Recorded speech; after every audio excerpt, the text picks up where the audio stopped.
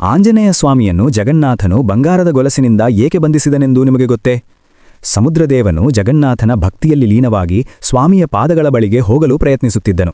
ಆದರೆ ಹೀಗೆ ಪ್ರಯತ್ನಿಸಿದ ಪ್ರತಿ ಸಾರಿ ಪೂರಿ ನಗರವೆಲ್ಲ ಸುನಾಮಿಯಂತೆ ಮುಳುಗುತ್ತಿತ್ತು. ಹೀಗೆ ಪದೇ ಪದೇ ಸುನಾಮಿ ಬರುತ್ತಿದ್ದರಿಂದ ಗ್ರಾಮವನ್ನು ಕಾಪಾಡಲು ಜಗನ್ನಾಥನು ತನ್ನ ಪ್ರಿಯ ಭಕ್ತನಾದ ಹನುಮಂತನನ್ನು ಕರೆಯುತ್ತಾನೆ. ಹನುಮ, ನನಗೆ ನಿನ್ನ ಸಹಾಯ ಬೇಕು. ಸಮುದ್ರದೇವನ ಅತಿಯಾದ ಪ್ರೀತಿಯಿಂದ ನನ್ನ ಭಕ್ತರಿಗೆ ತೊಂದರೆ ಉಂಟಾಗುತ್ತಿದೆ. ನೀನು ಇಲ್ಲಿ ಸಮುದ್ರ ತೀರದಲ್ಲಿ ನಿಂತು ಪೂರಿ ನಗರವನ್ನು ಕಾಪಾಡಬೇಕು ಎಂದು ಹೇಳುತ್ತಾನೆ. ಅದನ್ನು ಕೇಳಿದ ಹನುಮಂತನು ಬಹಳ ಸಂತೋಷದಿಂದ ಸಮುದ್ರ ತೀರದಲ್ಲಿ ಕಾವಲು ನಿಂತನು. ಹೀಗೆ ಹನುಮಂತನನ್ನು ಕಂಡು ಸಮುದ್ರ ಬಹಳ ಶಾಂತವಾಗಿರುತ್ತಿತ್ತು.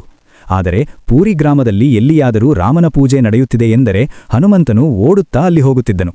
ಹನುಮಂತನು ಇಲ್ಲದ ಸಮಯದಲ್ಲಿ ಮತ್ತೆ ಸಮುದ್ರ ನಗರ ಮೇಲೆಗೆ ಸುನಾಮಿಯಂತೆ ಎದ್ದುಕೊಂಡು ಬರುತ್ತಿತ್ತು.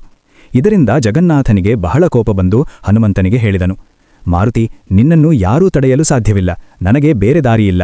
ನಿನ್ನನ್ನು ಕರ್ತವ್ಯವೆಂಬ ಗೊಲಸಿನಿಂದ ಕಟ್ಟುತ್ತೇನೆ. ಹೀಗೆ ಪೂರಿ ನಗರದ ಸಮುದ್ರ ತೀರದಲ್ಲಿ ಆಂಜನೇಯ ಸ್ವಾಮಿಯನ್ನು ಜಗನ್ನಾಥನು ಬಂಗಾರದ ಗೊಲಸಿನಿಂದ ಬಂಧಿಸಿದನು. ಅದೇ ಸ್ಥಳದಲ್ಲಿ ಬೇಡಿ ಹನುಮಂತನ ದೇವಾಲಯವನ್ನು ನಿರ್ಮಿಸಲಾಯಿತು. ಆ ದೇವಾಲಯದಲ್ಲಿ ಇಂದಿಗೂ ಬಂಗಾರದ ಗೊಲಸಿನಿಂದ ಬಂಧಿಸಲಾದ ಹನುಮಂತನ ವಿಗ್ರಹವಿದೆ. ಅಲ್ಲಿದ್ದೇ ಪೂರಿ ನಗರವನ್ನು ಸಮುದ್ರದಿಂದ ಕಾಪಾಡುತ್ತಾನೆ. ಫ್ರೆಂಡ್ಸ್, ಜೈ ಹನುಮಾನ್ ಎಂದು ಕಾಮೆಂಟ್ ಮಾಡಿ.